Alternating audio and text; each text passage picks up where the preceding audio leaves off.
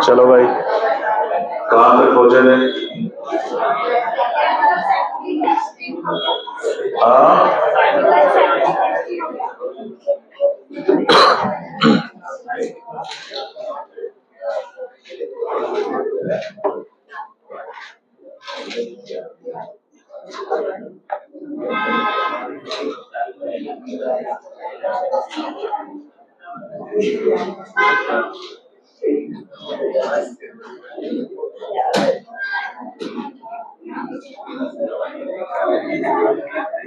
Chemical safety testing हो गया था।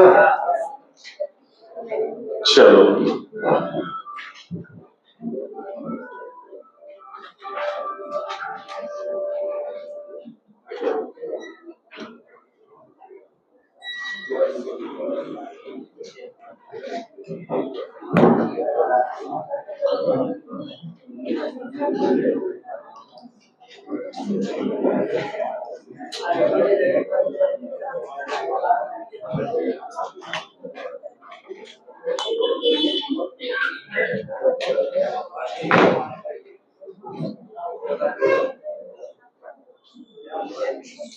चलिए अगली हेडिंग डालेंगे एथिकल इशू।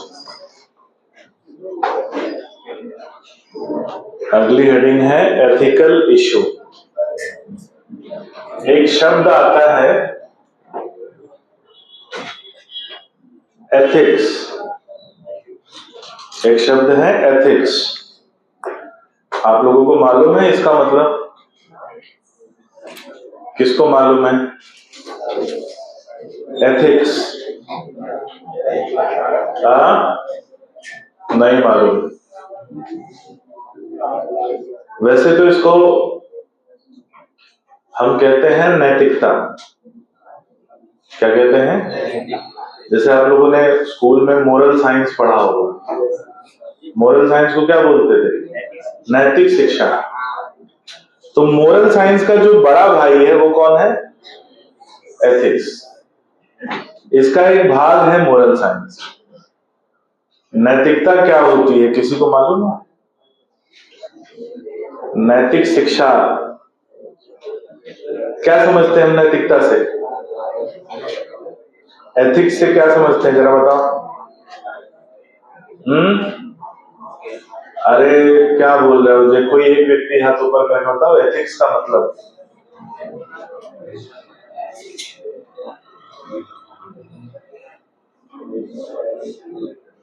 किसी को नहीं मालूम है? शाबाश। क्या पढ़ाएगा भाई तुम लोग को स्कूलों में?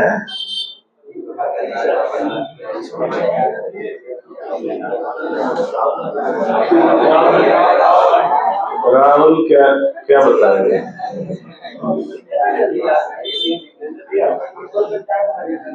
तो एथिक्स का मतलब होता है, इसको हम सरल भाषा में समझे तो मानवता, मानवीय व्यवहार। एक ऐसा नहीं कि एथिक्स का यही मतलब है, एक अर्थ ये भी निकलता है कि आप मानवीय रूप में जो काम कर रहे हैं वो सही है या नहीं, ये कौन डिसाइड करता है? एथिक्स। इसको बहुत बड़ा क्या है, साइंस के स्टूडेंट जो होते हैं ना, विज्ञान के जो विद्यार्थी होते हैं, उनका एथिक्स से थोड़ा कम पाला पड़ता है। वो hydrogen oxygen force botany zoology में ही उलझे रहते हैं। ये असल में आर्ट्स सुना ना, आर्ट्स ह्यूमैनिटीज बोलते हैं। ह्यूमैनिटीज का एक बहुत विशेष ये सब्जेक्ट है एथिक्स। एक रोबोट को एक इंसान बनाने में जो चीज काम आती है वो है एथिक्स। एक डॉक्टर, एक अच्छा डॉक्टर और एक अच्छा इंसान तब बनता है जब उसके अंदर क्या हो? एथिक्स। कई बार हम टीचर के लिए भी ये चीज मायने रखती है, हमें भी बहुत सी चीजें हैं जो एथिकल होती हैं जो फॉलो करनी पड़ती है। जैसे अब कंडीशन क्या बताऊं, मुझे कुछ एग्जांपल ही इसका याद नहीं आ रहा है। जैसे मान लो आप नीट का एग्जाम देने जा रहे हो सुबह सुबह नहीं होता ना, दोपहर में होता है। मान लो आप सुबह निकले हो, दूर जाना है और आप बस स्टॉप पे बस का इंतजार कर रहे हो। बस नहीं चलेगी उस दिन, मान लेते हैं चल रही है, ऑटो का इंतजार करो, किसका भी इंतजार कर रहे हो। अब आपने अपना एडमिट कार्ड, पेन सब कुछ लिया हुआ है, एक पॉलिथीन वाला बैग आता है ना जो फाइल होल्डर, उसमें लिया हुआ है, आप बस स्टॉप पे खड़े हो और एक बच्चा जो है जो बेगिंग करता है, भीख वगैरह मांगता है, ऐसे रोड पे मिल जाते हैं ना, छोटे छोटे आजकल मांगे, तो उसने देख लिया कि तुम जो है संडे का दिन है और परीक्षा वाला फील उसको समझ में आ गया कि एग्जाम देने जाना है। वो आया, बोले दीदी पैसा दे दो आपका एग्जाम बढ़िया जाएगा, या भैया पैसा दे दो आपका एग्जाम बढ़िया जाएगा। अब भाई उसने तुम्हारे अंदर के तार छेड़ दिए। भाई आप एग्जाम देने जा रहे हो, कोई बोल दे कि पैसा दे दो आपका एग्जाम अच्छा जाएगा, तो आप दे दोगे ना? नहीं दोगे यार, नहीं अच्छा नहीं जाना चाहिए, ऐसा नहीं, दे दोगे। इतनी आपके अंदर मानवता होगी, लेकिन ये गलत है, ये गलत है। छोटे बच्चे को जो भीख मांग रहा है वो गलत है, और अगर आप उसको पैसे दे रहे हो वो भी गलत है। उसको एक पार्ले जी का बिस्किट खरीद के दे दो, वो खाएगा, पैसे से क्या करेगा क्या पता।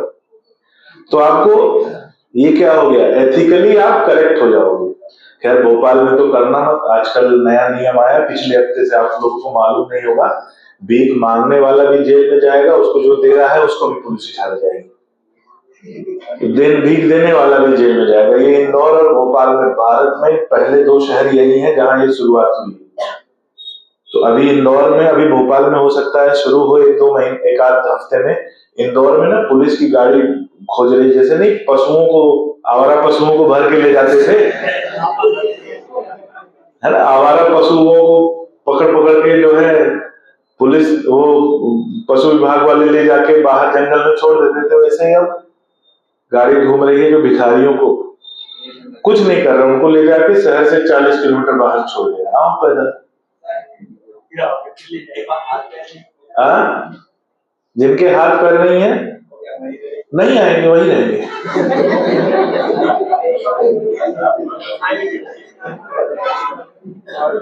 भीख मांगना कोई व्यापार थोड़ी है, लेकिन कुछ लोगों ने व्यापार बना लिया। अब कई लोग सुनते हैं हम लोग की डॉक्टर है और गलत कामों में इन्वॉल्व हो गया, कोई किडनी उडनी निकाल के बेच रहा है, तो वो डॉक्टर तो बन गया लेकिन वो एथिकली भ्रष्ट हो गया है। तो जो भ्रष्ट लोग होते हैं वो एथिकली इनकरेक्ट होते हैं। जैसे हम लोग सुनते हैं, मोरल साइंस में पढ़ा होगा कि respect women and respect ladies, respect, अरे एक ही बात है, respect women and respect old people. यानी हमें बड़े बुजुर्गों का सम्मान करना चाहिए और महिलाओं का सम्मान करना चाहिए। तो बेइज्जती किसकी करनी चाहिए? छोटे लड़कों की, क्योंकि इस कैटेगरी में एक ही ग्रुप बच गया है।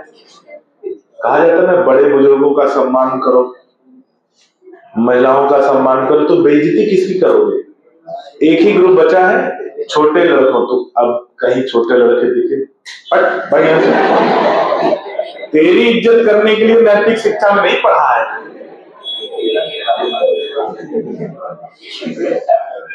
नहीं पढ़ा है भाई, जो पढ़ा है उसी को फॉलो करेंगे ना। तो एथिक्स का मतलब, एथिकल इशू का मतलब समझो। घर में चाकू है, चाकू से आप सब्जी काट सकते हो, दूसरे को,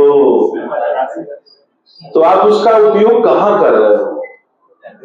मानवता के समर्थन में कर रहे हो या मानवता के खिलाफ कर रहे हो? तो अगर खिलाफ कर रहे हैं तो आप एथिकली क्या हो गए, गलत हो गए। जैसे कुछ लोग दंबूक रखते हैं, दंबूक बंदूक, तो उसका उपयोग अपनी सुरक्षा के लिए भी किया जाता है, दूसरे को मारने के लिए, निपटाने के लिए, दूसरे आक्रमण, तो वो भी क्या है, उसका मिस यूज है।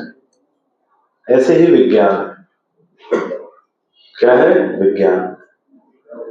अब बहुत से ऐसे बाबा बाबा होते हैं, केमिस्ट्री के ज्ञान का उपयोग करते हैं भूत भगाने के लिए, लोगों को मूर्ख बनाने के लिए, है ना। वो क्या करते हैं, कुछ ऐसा है कि चांदी का कुछ बर्तन ले लेंगे और उसमें मरकरी डाल देंगे और एक व्यक्ति के सिर पे ऐसे रख देंगे, ऐसे थोड़ी देर घुमाएंगे, फिर ऐसे पलटेंगे तो उसमें से राख निकलती, बोले देखो इसके ऊपर भूत का साया है, राख निकला। चांदी के बर्तन में अगर मरकरी डालोगे तो एमलगम बनाएगा, और एमलगम जो है वो राख की तरह, पाउडर की तरह होता है। अब जिसको मालूम है वो बेवकूफ बनाए।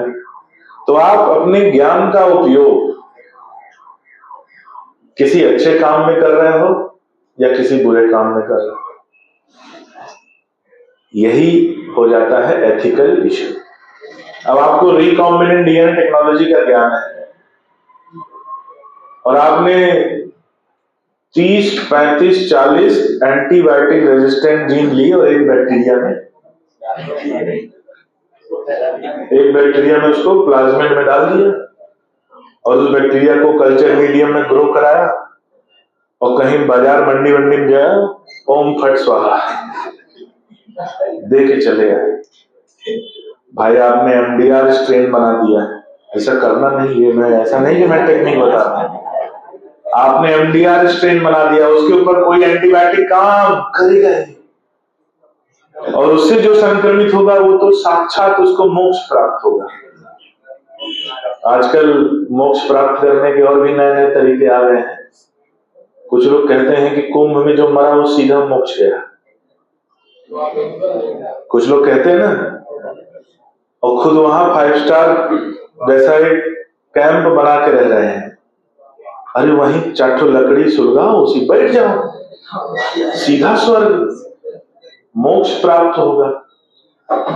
तो आप जो बोलते हो, जो भी बकवास करते हो, क्या वो एथिकली करेक्ट है?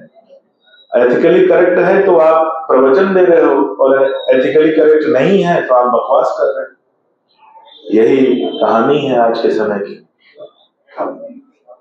तो हम लोग बात करेंगे कि रिकॉम्बिनेंट डीएनए टेक्नोलॉजी का लोग केवल सही मायने में उपयोग कर पाए, इसलिए इस पर नियंत्रण रखना बहुत जरूरी है। कहीं रिकॉम्बिनेंट डीएनए टेक्नोलॉजी से ऐसा कोई जीव ना बन जाए जो हमारे समाज, हमारे इकोसिस्टम के लिए हानिकारक हो और उसका मानवता पर बहुत बड़ा दुष्प्रभाव पड़े। जैसा कि कोविड के बारे में कहा जा रहा है, कोविड-19 जो वायरस था, ऐसा बोला जा रहा है कि ये जो वायरस था ये कृत्रिम रूप से बनाया गया वायरस था, जेनेटिक इंजीनियरिंग से बनाया गया वायरस था। सामान्यतः कोई वायरस इतना खतरनाक, इतनी तेजी से नहीं फैलता जितनी तेजी से वो फैल रहा था। तो बोला गया कि ये आर्टिफिशियली बनाया गया वायरस है, यानी वहां पर अगर ऐसा हुआ होगा, सही बात होगी ये, जो कि अभी सिद्ध नहीं हुआ है, कब होगा भगवान जाने, लेकिन अगर मान लो ऐसा सिद्ध हुआ तो यानी वो ऐसी बात हो गई कि ज्ञान का दुरुपयोग किया गया, जिसकी वजह से लाखों करोड़ों लोगों की मृत्यु हुई। तो इसलिए एथिकल इश्यू जो है रिकॉम्बिनेंट डीएनए यानी बायोटेक्नोलॉजी में एक बहुत महत्वपूर्ण भाग हो जाता है। ज्ञान का उपयोग केवल मानवता के कल्याण के लिए, मानवता को हानि पहुंचाने के लिए ना हो। तो लिखेंगे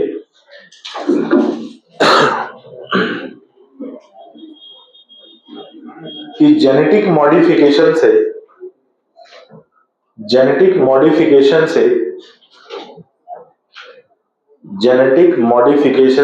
ऐसे जीवों का निर्माण हो सकता है, जेनेटिक मॉडिफिकेशन से ऐसे जीवों का निर्माण हो सकता है, ऐसे जीवों का निर्माण हो सकता है जो अप्रत्याशित हों। ऐसे जीवों का निर्माण हो सकता है जो अप्रत्याशित हों। ऐसे जीवों का निर्माण हो सकता है जो अप्रत्याशित हों तथा इकोसिस्टम के लिए हानिकारक हो।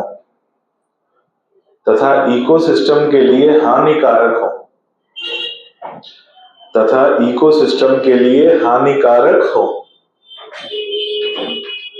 ठीक है, इकोसिस्टम के लिए क्या हो? हानिकारक। अगला पॉइंट लिखो, भारत सरकार द्वारा, भारत सरकार, गवर्नमेंट ऑफ इंडिया, GOI, इसको जीन ऑफ इंटरेस्ट मत बोल देना है। भारत सरकार द्वारा GEAC, genetic engineering approval committee,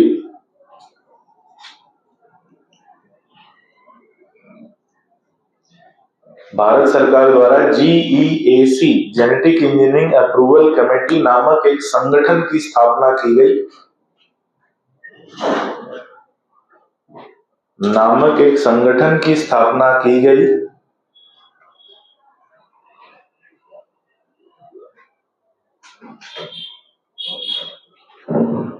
GEAC, genetic engineering approval committee नामक संगठन की स्थापना की गई। नामक संगठन की स्थापना की गई जो नामक संगठन की स्थापना की गई जो जीन मॉडिफिकेशन रिसर्च के लिए,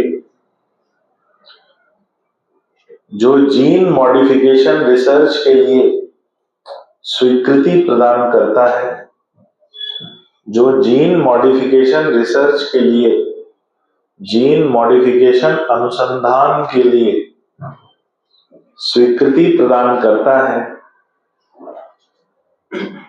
स्वीकृति प्रदान करता है।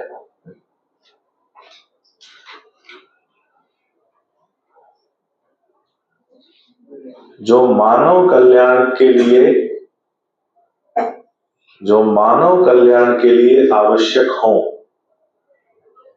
जो मानव कल्याण के लिए आवश्यक हो। यानी केवल ऐसे रिसर्च, तो कोई भी अगर कुछ भी बनाना चाहेगा, कोई भी जेनेटिक रिसर्च करना चाहेगा तो उसे परमिशन लेनी पड़ेगी, किससे?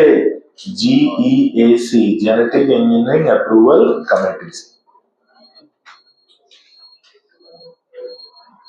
अगली हेडिंग डालो, बायोपायरेसी।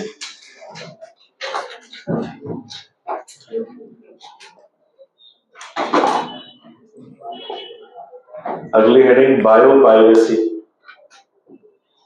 पायरेसी जानते हो? चोरी। पायरेसी का मतलब होता है चोरी, और बायोपायरेसी मतलब बायोलॉजी की चोरी। बायोपायरेसी मतलब क्या? जैविक संसाधनों की चोरी। ठीक है, क्या होता है बायोपायरेसी? यदि कोई संगठन या कोई व्यक्ति बिना अनुमति के किसी दूसरे देश के जैविक संसाधनों का उपयोग करता है या उसका व्यापार करता है जिसकी उसे अनुमति नहीं है, तो इस घटना को कहा जाता है बायोपायरेसी। ठीक है, अभी पायरेसी का मतलब तुम लोग यही समझते होगे कि पहले वो सीडी आती थी ना, सीडी कौन सी, कोई भी फिल्म, तुम लोग बहुत छोटे रहे होगे, कोई भी मूवी अगर देखनी हो तो उसकी 10 रुपए में हम लोग सीडी लाते थे, सीडी प्लेयर में मूवी देखते थे, फिर दे आते थे। देखिए कैसे कितने पुरानी है, तुम लोग तो देखी है, तुम लोग जेनजी हो। क्या हो? जेनजी। ठीक है, जानते हो एक बहुत पुराना समय था जब कैसेट आती थी और उस कैसेट में एक रील होती थी, पेंसिल से उसको ऐसे, तुम लोग कहाँ, तुम्हारे पैदा होने 10 साल पहले वो खत्म हो गया था रे। चल रहा था, वो कैसेट प्लेयर में होता था, वो कैसेट लगाते थे, चलाते थे, देखा तुम लोगों ने? बहुत पुराने हो गए तुम लोग। हमको लगा हम ही ने सुना है ऐसा। आज कितने लोग नहीं सुना कि ऐसा कुछ देखा है, कि ऐसा कुछ। हाँ, ये वही है ना 2008 वाले किड्स। ठीक, कोई दिक्कत नहीं। तुम लोगों ने पेन ड्राइव से ही दुनिया देखी है ना, पेन ड्राइव ही आया, पेन ड्राइव।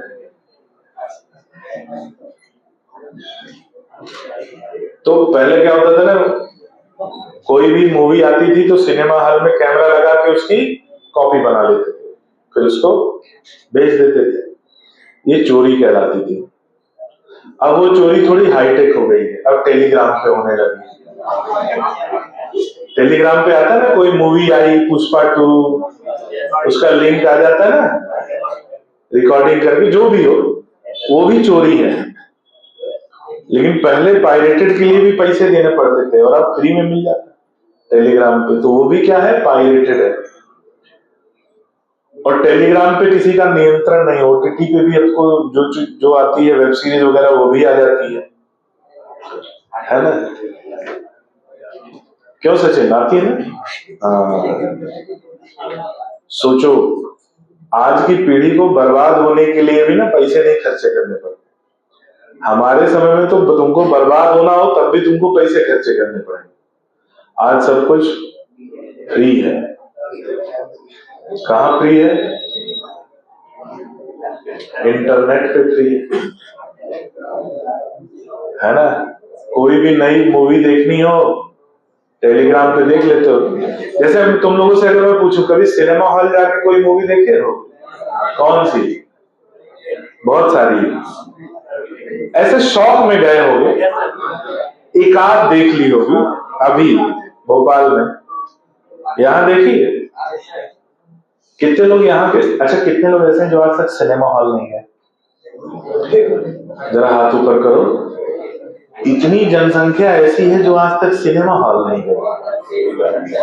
बाप रे बाप। शौक से नहीं गए हो, मजबूरी में गए हो, उठा के ले गए तुमको, गए ही नहीं हो, पैसे ही नहीं रहे सर। हाँ, होता है। कितने लोग हैं जो सिनेमा हॉल कम से कम एक बार गए? सिनेमा हॉल, चलो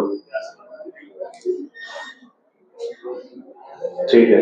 जो लोग नहीं गए हैं, मुझे तुम लोगों पे गर्व है, और तुम्हें भी अपने आप पे गर्व होना चाहिए। जो लोग गए हैं वो निहायती नाकारा, लफंगे, लोफर टाइप के लोग, है ना?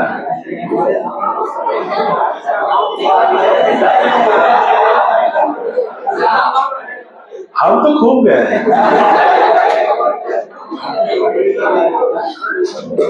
अभी कुछ दिन से कोई अच्छी मूवी आई नहीं तो हम गए नहीं। कौन सी आई? सावन? ये क्या है? अरे हमको नहीं मालूम, हम हॉलीवुड देखते हैं हम लोग, हम हॉलीवुड वाले हैं। और आजकल हमारा इंटरेस्ट जो है ना हॉलीवुड की वेब सीरीज में चल रहा है, और वो मिल जाती है कहाँ पर? ओटीटी पे। जैसे अभी मैंने ब्रेकिंग बैड देखी, कंप्लीट कर लिया। अभी मैं डॉक्टर हाउस देख रहा हूँ।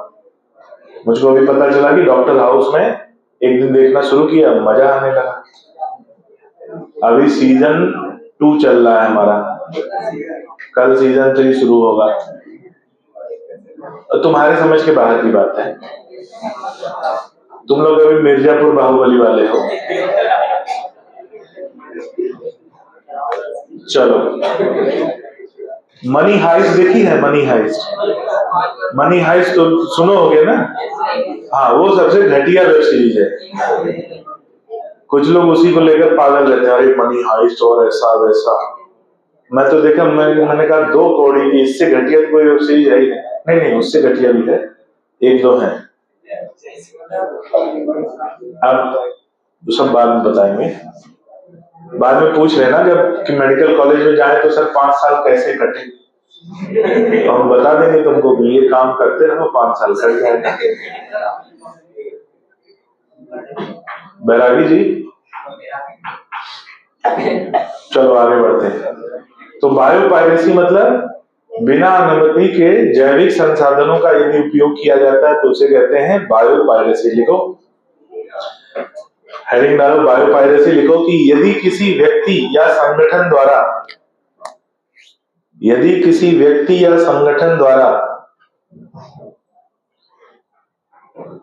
किसी देश के जैविक संसाधनों का उपयोग किसी देश के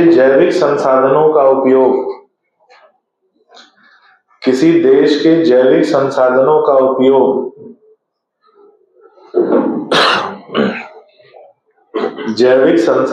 उपयोग बिना अनुमति के किया जाए, जैविक संसाधनों का उपयोग बिना अनुमति के किया जाए तो उसे बायोपायरेसी कहते हैं।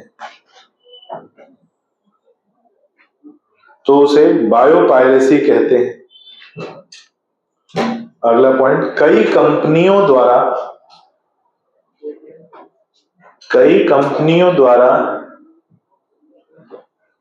दूसरे देश के संसाधनों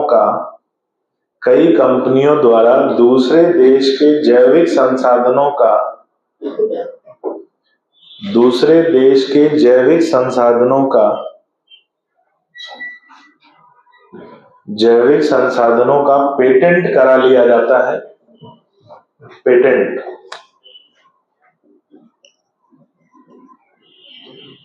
पेटेंट करा लिया जाता है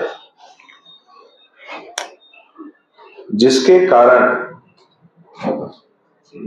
कारण उस देश के स्थानीय मूल किसानों को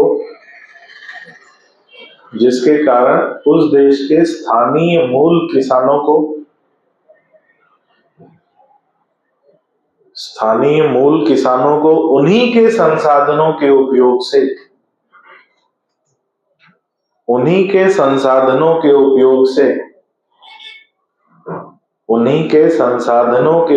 से रोका जाता है। जैसे उदाहरण बासमती, नीम, हल्दी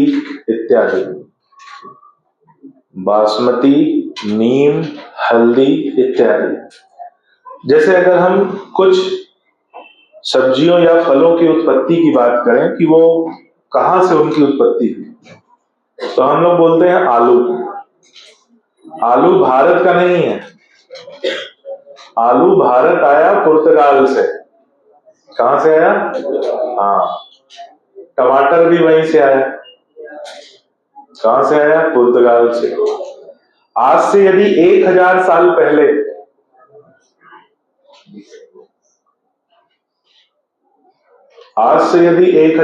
पहले भारत के लोगों का भोजन अगर आप देख लें, सोचे कि भारत के लोगों का भोजन क्या रहा होगा 1000 साल पहले।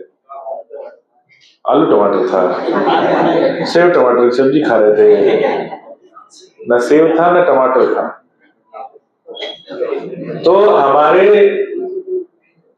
भोजन में बाजरा, ज्वार और जो रागी, मिलेट्स, मक्का, इनकी अधिकता थी, दाल, इनकी अधिकता थी। भोजन में प्रोटीन की अधिकता थी, मिनरल्स की अधिकता थी, खनिज की अधिकता थी, फाइबर की अधिकता थी, कार्बोहाइड्रेट की अधिकता नहीं थी।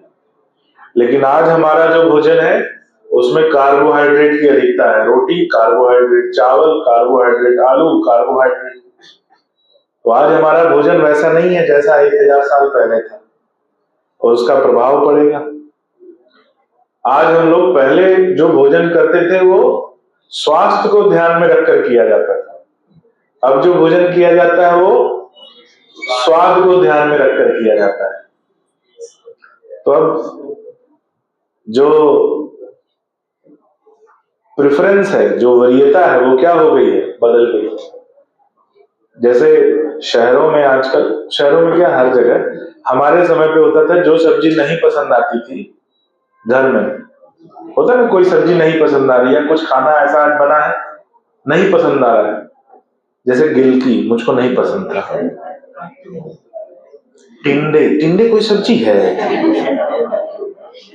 नहीं, कद्दू पसंद है, कद्दू पसंद है, करेला बहुत पसंद है मुझको, फेवरेट है मेरा करेला। गिलकी जो है बड़ी गिजबिज गिजबिज टाइप होती है ना,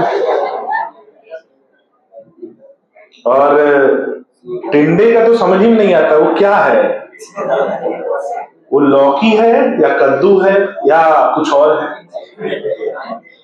तो ऐसे ना घर पे, ऐसे घर पे ना कभी सब्जी बनती थी, अच्छा मम्मी हमारी बहुत बदमाश, जैसे मान लो कोई सब्जी ऐसी बनी, बदमाश का मतलब समझा रहा हूँ, जैसे मान लो कोई सब्जी बनी है ऐसी जो उनको मालूम कि ये नहीं खाएगा, तो बोलती थी चलो आज खाना पापा के साथ बैठ गया, तो मेरा और पापा खाना दोनों लोग का एक साथ निकालते थे, और पापा बोल देते थे यहीं बैठा खिलाओ। अब सब खाना खा लिए, रोटी खत्म हो गया, चावल खत्म हो गया, सब खत्म हो गया, दाल खत्म हो गया, केवल सब्जी बची है, और पापा कहे इसको खत्म करो। अब अपन छोटे से बैठ के एक गिलकी उठा के खा रहे हैं, अब वो इस एक गिलकी थोड़ी सी उठाई और निगलना पहाड़ जैसा, नहीं पसंद है भाई, लेकिन पिताजी का ये था कि नहीं ये फायदा करेगी तो इसको खाओ, ज्यादा ही फायदा कर रही है ना। तो तुम लोग के साथ ऐसा हुआ है? ऐसा नहीं हुआ कि मतलब जो चीज ना पसंद हो उसको जबरदस्ती खाना, हुआ है ना? नहीं हुआ तो अब हॉस्टल में तो हो ही रहा होगा। अच्छा, हॉस्टल में मेस के खाने की सबसे अच्छी बात होती है कि खाना खा लो पता नहीं चलता क्या खाया है, टिंडे लौकी कटहल गोभी सब एक जैसा दिखाई देता है, सबका रंग एक जैसा, सबका स्वाद एक जैसा, सब एक जैसा दिखाई देता है, तो अफसोस नहीं होता कि ऐसा कुछ खाया जो पसंद नहीं था, क्योंकि सभी पसंद नहीं था। और कहां पहुंचे हम लोग? अब जैसे भारत के अगर मूल फल और सब्जियों की या ऐसे कुछ उत्पादों की बात करें, तो ऐसे कौन कौन से पौधे हैं या सब्जी है या कुछ भी ऐसा है जो मूलतः भारत का हो? नीम, नीम मूलतः भारत का है, हल्दी जो लिखवा है, बासमती चावल, काली मिर्च, इमली, ये ऐसे पौधे या उनके उत्पाद हैं जो मूलतः कहाँ के हैं? भारत के। आयुर्वेद में जितने भी औषधीय पौधों का जिक्र है, आयुर्वेद की उत्पत्ति कहां से है? भारत से। और आयुर्वेद में जितने भी औषधीय पौधों का जिक्र है वो सब मूलतः कहां के? अब आयुर्वेद में अमेरिका के तो पौधों का जिक्र नहीं किया होगा ना, कि वहां पर गए और जड़ी बूटी मिली और उसको कूट कूट कर हमने चूरन बनाया, तो वहां जो जिक्र किया गया है, और आयुर्वेद में आज भी नहीं, आज से 1000 साल बाद भी अगर दुनिया में कोई देश आयुर्वेद या उसके उत्पाद यूज करेगा, इस्तेमाल करेगा, तो उसे हमें क्या देना पड़ेगा? तो ये तो हमारे पास बहुत एकदम सॉलिड चीज है ना, क्योंकि पश्चिमी देश अब आयुर्वेद की तरफ उनका रुझान बढ़ रहा है, अच्छी बात है अपने लिए। जैसे एक उदाहरण दे रहा हूं, छंदोग्या उपनिषद आयुर्वेद की एक दवाइयों वाली किताब है, छंदोग्या उपनिषद, जो लगभग 750 ईसा पूर्व लिखी गई है। कब लिखी गई है? 750 ईसा पूर्व। कौन है बेटा? चलो, 750 ईसा पूर्व लिखी गई, और उसमें लगभग लगभग 750 औषधीय पौधों का जिक्र है। तो यानी अगर इतना पुराना कोई लेख हमारे पास है, तो ये इस बात को सिद्ध कर रहा है कि वो मूलतः हमारे यहाँ की उत्पत्ति वाले पौधे, भाई बस समझ में, तो वो क्या बन जाते हैं? भारत का, यानी हमारे देश का बायो रिसोर्स, हमारे देश का बायो रिसोर्स। कोई दूसरा यदि बिना हमारी अनुमति के, बिना भारत की अनुमति के अगर ऐसे स्रोत का उपयोग करता है तो वो अवैध है, और उसे हमें क्या देना पड़ेगा? रॉयल्टी देना पड़ेगा। कितनी अच्छी बात है। अब बासमती के साथ एक चोट हो गई। 1997 से पहले अमेरिका के कुछ वैज्ञानिक थे, उन्होंने क्या किया, भारत की जो बासमती चावल की एक किस्म थी उसको अमेरिका की एक किस्म के साथ क्रॉस कराया, और क्रॉस कराने के बाद उन्होंने एक नई वैरायटी विकसित की। उन्होंने बोला कि ये हमारे यहाँ का बासमती है, भारत वाला नहीं है, हमारे यहाँ का बासमती है जिसकी उत्पत्ति अमेरिका में हुई, और अगर तुम बासमती इस्तेमाल करोगे तो तुम्हें हमें टैक्स देना पड़ेगा, हमें उन्हें टैक्स देना पड़ेगा बासमती के लिए। तो अमेरिका वालों से पूछा गया, तुम्हारे बाप दादा कभी बासमती खाए हैं?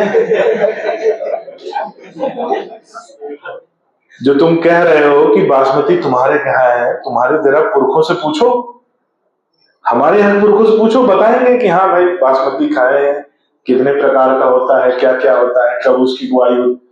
बोले तुम्हारे यहाँ पूछो जरा। 1997 में वर्ल्ड कोर्ट में केस लगा किसके बीच में, अमेरिका और भारत के बीच में, बासमती को लेकर।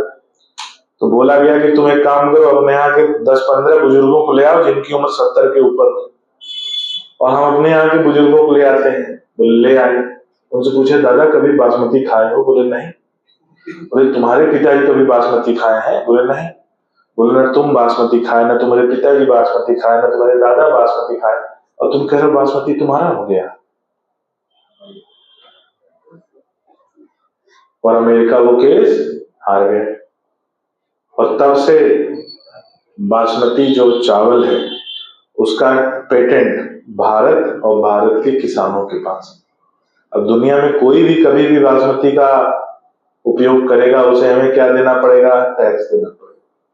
कोई अगर बासमती उगाएगा तो भी उसे क्या देना पड़ेगा? टैक्स। बासमती चावल कितना बढ़िया होता है ना? क्यों अच्छा होता है? क्योंकि उसमें खुशबू होती है, उसका एक बेहतरीन स्वाद होता है, अरोमा होता है, फ्लेवर होता है। और भारत में लगभग बासमती की 27 किस्में पाई जाती। कितनी? 27, याद रखना। तो जब ये केस हो गया अमेरिका के साथ, तो उसके बाद जो है भारत का जो पार्लियामेंट है यानी संसद ने एक बिल पास किया। क्या बिल पास किया? उससे पहले ही इंडियन पेटेंट बिल था, और उसमें संशोधन किया गया कि अगर दूसरे कोई भी देश कहीं भी कोई पेटेंट कराएगा और अगर उस पेटेंट को हम पे लागू करना चाहता है तो पहले उसे हमारे यहाँ से अनुमति लेनी पड़ेगी, तभी वो पेटेंट हमारे यहाँ लागू होगा, अन्यथा बाढ़ में जाओ।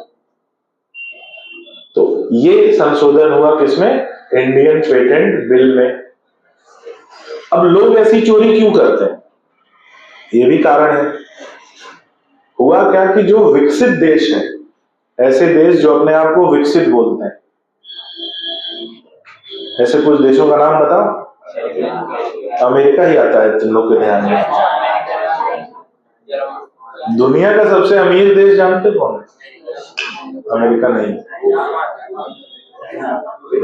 मैं उसका नाम भूल रहा हूँ। नहीं, छोटा देश है बहुत। हाँ, क्या नाम था? हाँ, नहीं,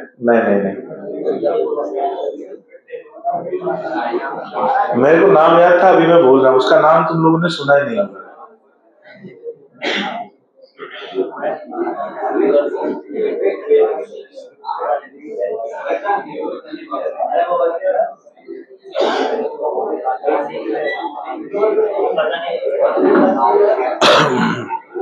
लग्जमबर्ग, नाम ही नहीं सुना होगा तुम लोगों ने। लग्जमबर्ग में जो देश है, सबसे ज्यादा पैसे वाले अमीर लोग वहीं रहते। वहां जो साइकिल से भी रोड पे चलता हुआ दिख जाएगा वो भी अरब खरबपति। लग्जमबर्ग है ना, दुनिया का सबसे अमीरों वाला देश है।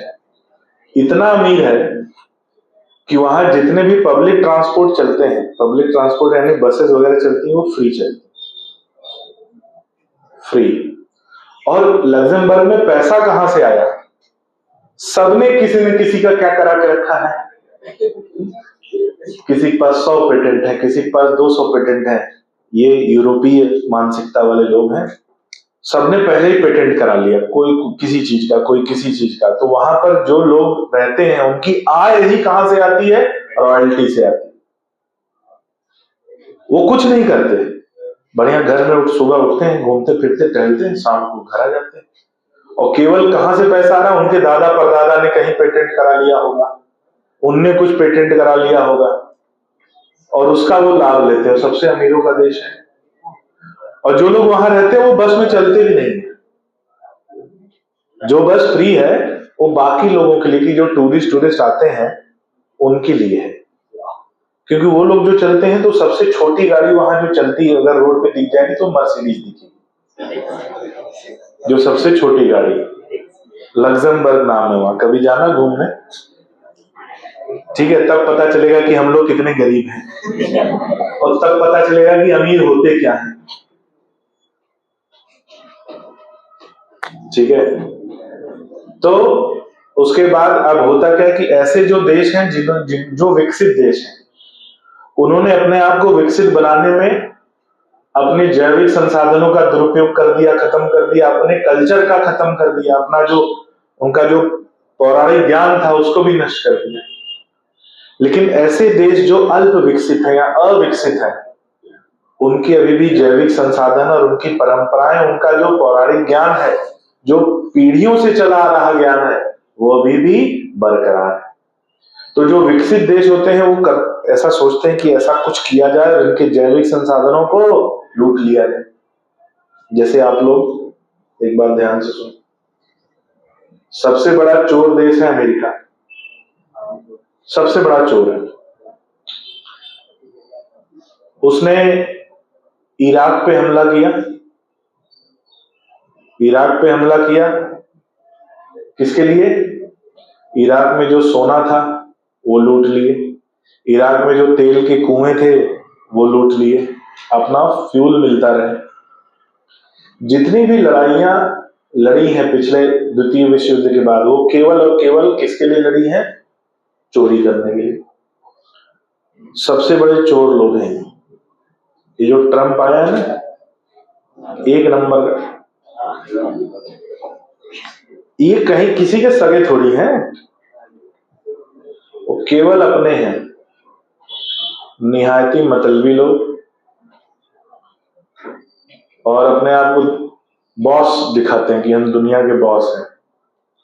ठीक है, समय है, लेकिन विश्वसनीय लोग नहीं हैं। एक बार के लिए पाकिस्तान पे भरोसा कर लेना, क्योंकि ये वो दुश्मन है जिसके बारे में तुम जानते हो, तो कुछ भी हरकत करेगा तुम्हें पता चल जाएगा। अमेरिका वालों पे नहीं, बहुत बदमाश है। इसलिए भारत अमेरिका से सैन्य व्यापार बहुत कम रखता है, क्योंकि ऐन मौके पे वो बंदूक दे देंगे, बोलेंगे गोली नहीं देंगे। नहीं देंगे ही नहीं। किसी देश की बात है, शायद सिंगापुर या ऑस्ट्रेलिया का है, उन्होंने उनको फाइटर प्लेन दिए, बताया था कि नहीं? फाइटर प्लेन दिया, अब उनको आक्रमण करना था, उन्होंने अमेरिका से उसका सॉफ्टवेयर ही बंद कर दिया, प्लेन खड़ा रहा, चालू ही नहीं हुआ। इतने बदमाश, उन पे विश्वास नहीं कर सकते। और वहीं रशिया है, कहता प्लेन चाहिए, परमाणु बम के साथ दे रहे, मारो गिरा, किसको मारना? वो तो कह रहा था देखो हम यूक्रेन पे हमला कर रहे हैं ना, तुम साइड से पाकिस्तान पे 2-4 टो से टप्पा खिला, तुम मार दो, बोल देना कि यूक्रेन से टिप्पा खा के आ गया था। भारत ने कहा नहीं हमारा पड़ोसी। बोला अरे काय पड़ोसी? यूक्रेन भी तो हमारा पड़ोसी, देखो मारे पड़े उसको। बोले तुम तो फेंक दो। और भारत ने ट्राई भी किया था, अगर आप लोगों ने देखा हो, ऐसी सूचना आई थी कि एक मिसाइल जो है भारत से गई थी, पाकिस्तान में गिरी थी मिसाइल, लेकिन वो खाली मिसाइल थी, उसमें कोई न्यूक्लियर बम नहीं था। मिसाइल ऐसे नहीं छूटती, उसमें 7 लेवल की सिक्योरिटी होती है। एक लेवल पे कुछ गड़बड़ी हो जाए तो आगे का लेवल ऐसा नहीं कि अपने आप वो रॉकेट है कि हाँ जाओ, कुछ ना कुछ तो ट्राई किया ही था। तो रशिया कह रहा था सुनो हम तो यहाँ हजारों मिसाइल मार रहे हैं, 2-4 तो तुम भी मार दो, बोल देना कि हमने किया है, टिप्पा खा के इधर से आ गया है, तुम्हारा भी काम हो जाएगा। ऐसा दोस्त कहीं मिलेगा? अभी परसों नरसों की बात है, 3-4 दिन पहले आपको मालूम होगा कि सबसे विकसित जो लड़ाकू विमान है, 5वीं पीढ़ी के जो लड़ाकू विमान है, वो 3-4 देशों के पास है। अमेरिका के पास, चाइना के पास, रशिया के पास। अमेरिका बोल रहा था कि हम नहीं बेचेंगे तुमको, हम नहीं बेचेंगे तुमको, हम लोगों को। रशिया बोला सुनो हम दे रहे हैं, ये लो ले जाओ, मारो गिरा के, जिसको मारना मारो, और कुछ चाहिए तो बताना। बहुत बढ़िया दोस्त है हमारा। तो उसने Su-57 जो उनका सबसे आज की समय में जो सबसे विकसित लड़ाकू विमान है, उसकी पूरी तकनीक भारत को देने की उसने पेशकश की कि भाई केवल हम लड़ाकू विमान नहीं देंगे, हम तुमको पूरी फैक्ट्री भी बना के दे देंगे, तुम यही बनाओ और मारो, जिसको कोई एक आंख दिखा तुम उसकी आंख खोलो। ऐसा दोस्त मिले, ये वैसा ही दोस्त है कि कहीं तुम्हारा झगड़ा हुआ किसी से, अभी तुम बोल रहे हो, तब तक उसने 10-12 लपड़ कर दिए।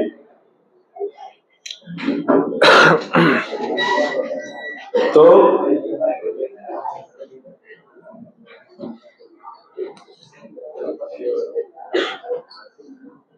लिखो कि 1997 में, अच्छा ऐसा लिखना नहीं, अभी 1997 में लिखना, अब लिखना कि बासमती चावल में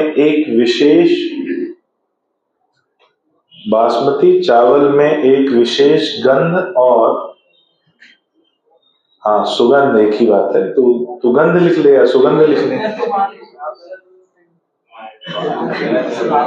जी देवता। बासमती चावल में एक विशेष गंध और स्वाद पाया जाता है, एक विशेष गंध और स्वाद पाया जाता है, तथा भारत में बासमती की 27 किस्में पाई जाती हैं। भारत में बासमती की 27 किस्में पाई जाती हैं, 27 किस्में पाई जाती हैं। अगला पॉइंट, 1997 में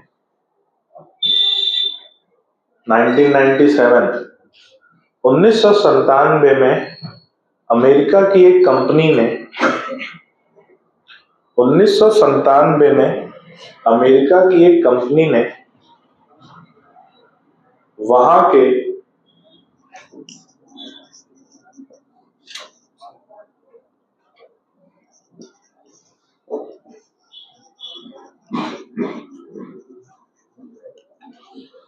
के पेटेंट एंड ट्रेडमार्क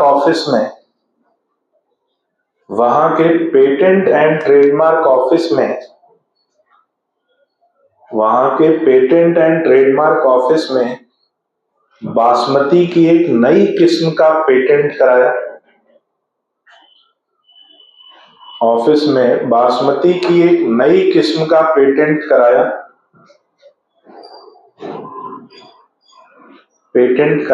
जिसको उन्होंने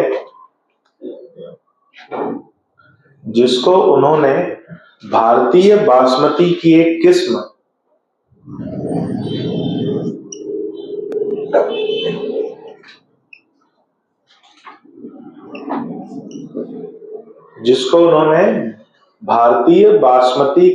किस्म, और वहां की सेमी ड्वार्फ वैरायटी,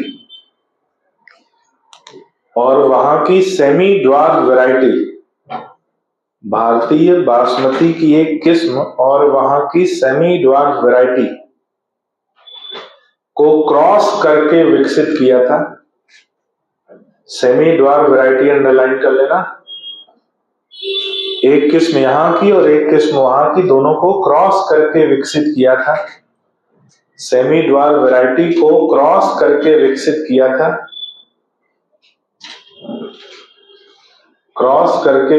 किया था, जिसे वे नई वैरायटी कह रहे थे। क्रॉस करके विकसित किया था, जिसे वे नई वैरायटी कह रहे थे।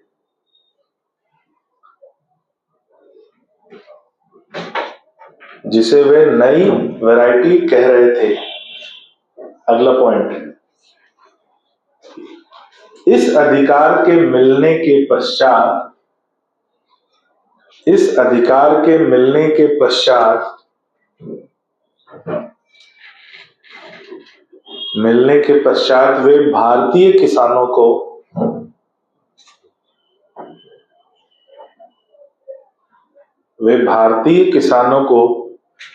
बासमती की खेती करने से रोक सकते थे। वे भारतीय किसानों को बासमती की खेती करने से रोक सकते थे। बासमती की खेती करने से रोक सकते थे। अगला पॉइंट, अक्सर विकसित देश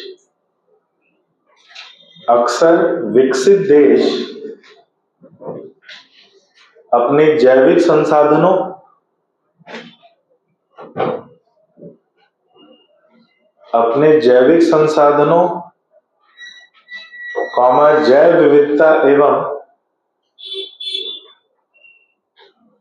जैव विविधता एवं पारंपरिक ज्ञान को जैविक संसाधनों, जैव विविधता एवं पारंपरिक ज्ञान को नष्ट कर देते हैं। पारंपरिक ज्ञान को नष्ट कर देते हैं। वहीं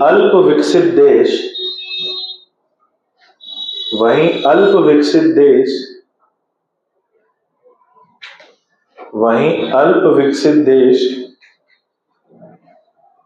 अपनी जैव विविधता एवं पारंपरिक ज्ञान को बनाए रखते हैं। वहीं अल्प विकसित देश जैव विविधता एवं पारंपरिक ज्ञान को बनाए रखते हैं। जैव विविधता एवं पारंपरिक ज्ञान को बनाए रखते हैं। जैव विविधता एवं पारंपरिक ज्ञान को बनाए रखते हैं। ऐसे में विकसित देश उनके संसाधनों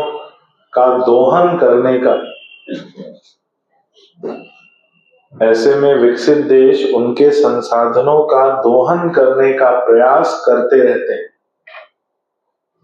संसाधनों के दोहन करने का प्रयास करते रहते हैं।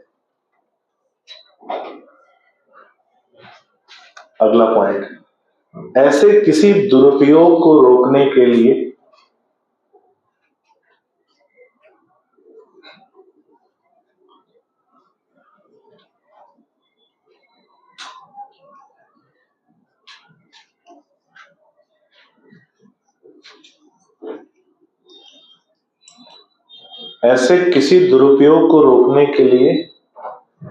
भारत की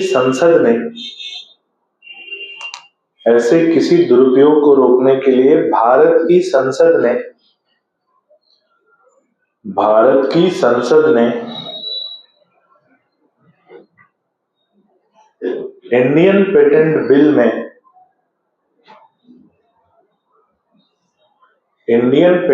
बिल में दूसरा संशोधन किया। इंडियन पेटेंट बिल में दूसरा संशोधन किया।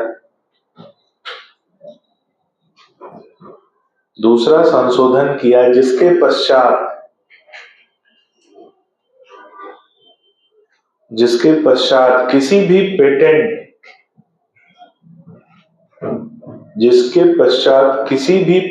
को भारत में लागू करने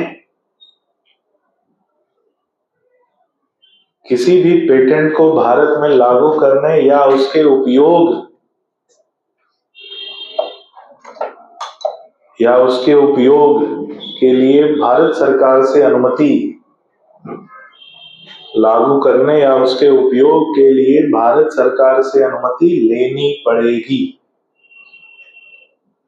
सरकार से अनुमति लेनी पड़ेगी।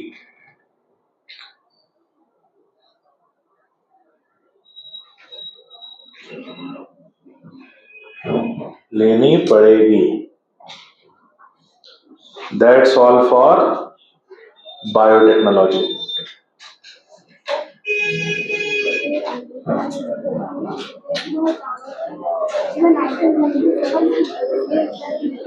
नाइनटीन 97।